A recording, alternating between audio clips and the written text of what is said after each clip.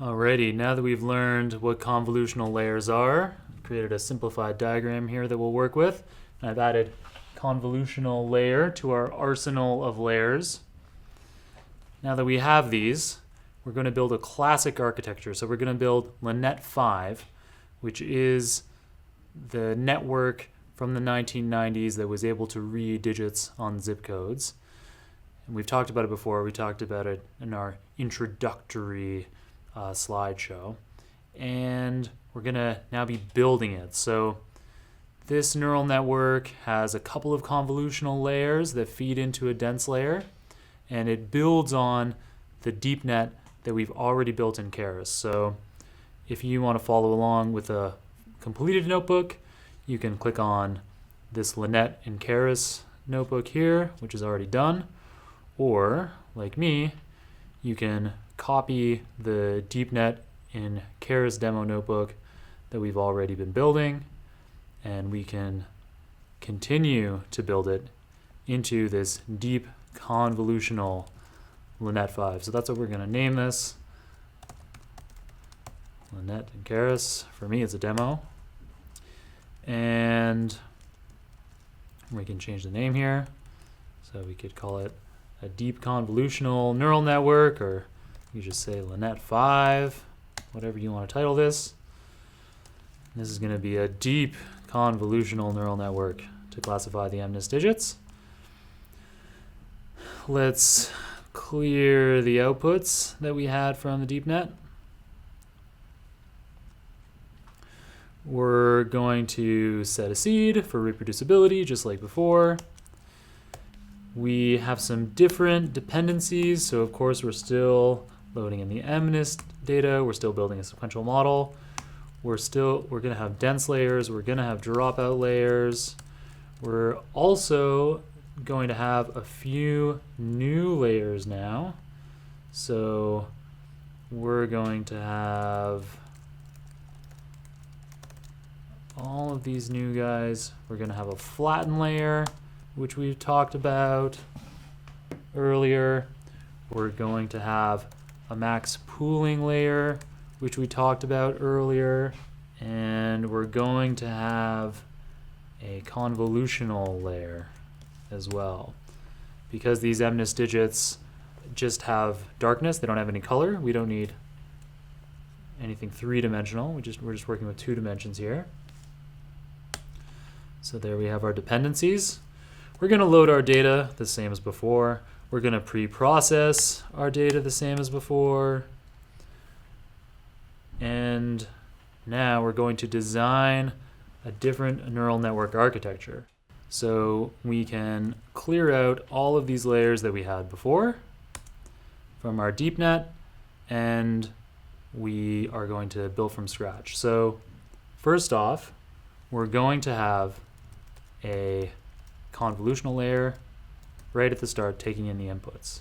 So this is going to be a 2-dimensional convolutional layer, and we have to decide how many neurons we're going to have.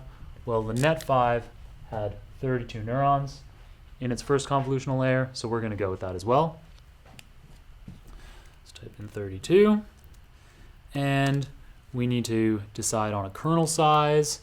So the kernel size, or the pool size, is the size of the filter that will be passed along the image, and we're going to have 3 by 3 pixels as our kernel size. So we specify that like this. And as with the dense layers, we've become very familiar with ReLU activation, so we're going to stick with that. And we have to specify the shape of our input. So that is the size of the input image. As always with these MNIST digits, we have 28 pixels by 28 pixels. The MNIST digits are black and white, so there's only one depth dimension to worry about. With color images, we'll have 3. We can worry about that later. And that first convolutional layer is going to feed into a second convolutional layer. This one's going to have 64 neurons, or filters, or kernels. They're all synonyms. So We're going to have 64 in the second layer. Our kernel size is going to stay the same. It's going to be 3 by 3. Our activation is going to be the same. It's going to be ReLU. And then to make the computational complexity a little bit smaller, well, a quarter of the size, at this layer, we're going to have max pooling, where for every 4 pixels, we're going to reduce them to 1. So by selecting a 2 by 2 pool size, we're just selecting the strongest activation from amongst every 2 by 2 pixel square coming out of the convolutional layers. And then we're going to add some dropout so that our results from training apply well to the validation data. And we're going to drop out a quarter of the neurons here. Somewhat arbitrary choice that I've figured out works well. We're going to flatten everything here. So we have more than one dimension at this point, but the dense layer that we're going to pass into, the fully connected layer, that's going to be able to recombine all of these possible representations stored by these convolutional neurons. So we have so each convolutional neuron is representing some space invariant kind of 3 by 3 representation, some kind of edge or some kind of corner. And now we're going to feed all of that into a dense layer that allows us to recombine all of these various shapes represented by the convolutional kernels into any kind of configuration. So in order to get from this multi-dimensional space into a one-dimensional array that the fully connected layer can handle, we need to flatten. And then we can add the dense layer here. And the dense layer, this is the same as we were doing before. We're going to have 128 neurons, and we're going to have ReLU activation. We're going to drop out half of those neurons in the fully connected layer with each training step. I've chosen different proportions of dropout, a quarter and a half for the convolutional and dense layers respectively. And that's just because I happen to find it to work well. We'll talk a bit later on about how to select these individual hyperparameters. And then finally, we need to output some probability. So we have an output layer with our number of classes, which is 10, representing each of the 10 digits, as always. And we choose softmax activation so that the outputs represent some probability as to the strength of the guess for a particular digit. So let's see if this model works. Yes, it does. Let's look at the model summary. So now we have way more parameters than before. We've gone over 1 million. And a lot of those are contributed by the dense layer. So the convolutional layers are actually relatively efficient. And that's because they have this property where they're just actually representing this small space, but they're representing that small space anywhere on the image.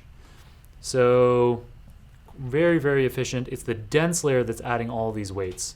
So once we have the representations, the space invariant representations inferred by the convolutional layer, the fully connected layer is recombining those. So let's see how this works. We are going to stick with the kind of compilation parameters that we had before. So we're going to continue to use cross-entropy cost. We're going to continue to use atom optimization in our gradient descent, and our metric to monitor how our network is performing is going to continue to be accuracy. And now we can train. It's going to take longer to train each epoch than before. Let's try it out on just one first. All right, so I have an error here, and it says that it expected a 4-dimensional input, and we got a 1-dimensional input. Now, that's because we worked precisely from our DeepNet notebook, which was only using dense hidden layers, didn't have any convolutional layers. And so when we pre-processed our inputs, we had a 1-dimensional array that we were creating from our 2-dimensional MNIST digits. But in fact, now that we're feeding into a convolutional network, we want to take advantage of that 2-dimensional image. And so we're switching our inputs from 784 by 1 to 28 by 28. And so we can specify that here. We still are saying that the 4th dimension is 1 because we don't have color. These are monochromatic images. So let's restart and run all and see if that fixes the error. I'm reasonably confident about it. Yep, there we go. So our model is fitting. Now you can see before, our models were fitting in 2 seconds, 3 seconds, 4 seconds. I think the longest we've seen for the first epoch was 7 seconds. Now this one is going to need to train for about a minute. And the reason for that is that we have so many more trainable parameters than we did before. So this will take a while, but luckily I already know the results. So we can talk about those while we wait. Now, we're going to see something pretty amazing. The validation accuracy after just a single epoch should be 98.4%. Now recall that previously our best validation accuracy was 97%. So these convolutional layers that are specialized for these kinds of machine vision tasks really did the trick. Now, after a handful of epochs, it continues to get better. Our validation accuracy will be above 99%. And after training for 20th epochs, I was seeing up to 99.3% accuracy. So there we go. As I said we would have, our validation accuracy after just a single epoch is 98.4%. So that blows our previous results out of the water. So I encourage you at home to run this for more epochs. You can run it for as long as you like. And one thing that you want to keep an eye on is that you're not using too many resources on your machine. So a handy little way to look at that is in your terminal. You can, from anywhere, use the htop command. You might have to install that on your machine, which is easy with apt-get install htop if you don't already have it. And then htop shows you how many resources you're using on each of the cores on your machine. And you can see that we're using quite a bit of each of the 16 CPUs available on this machine. But we're not using very much of the memory, which is the thing that we should really be worried about.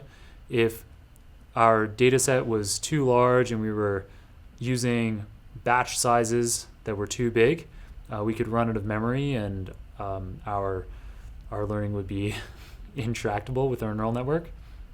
So that's one thing that you want to look out for. Now, back to our model here. It's continuing to learn.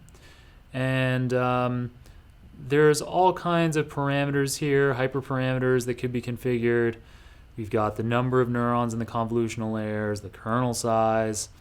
We've got the pool size in our max pooling layer, a dropout, number of neurons in this dense layer. We could have maybe more dense layers. There's all kinds of hyperparameters that we could change here. We're going to talk about that later on in these live lessons. For now, we're going to get into some more exciting data. So up to this point, we've been working with MNIST digits And I think now that we've been leveraging convolutional layers, we have more or less cracked this problem. With this current configuration, we'll be 99.3% accurate by the 20th epoch, and that means that out of 10,000 images, we're only misclassifying 70. Really remarkable. And some of those 70, if you have a look at them, they are really difficult digits for even a human to distinguish. So I feel like it's time for us to move on from these MNIST digits, and we're going to have a crack at the Oxford Flowers dataset.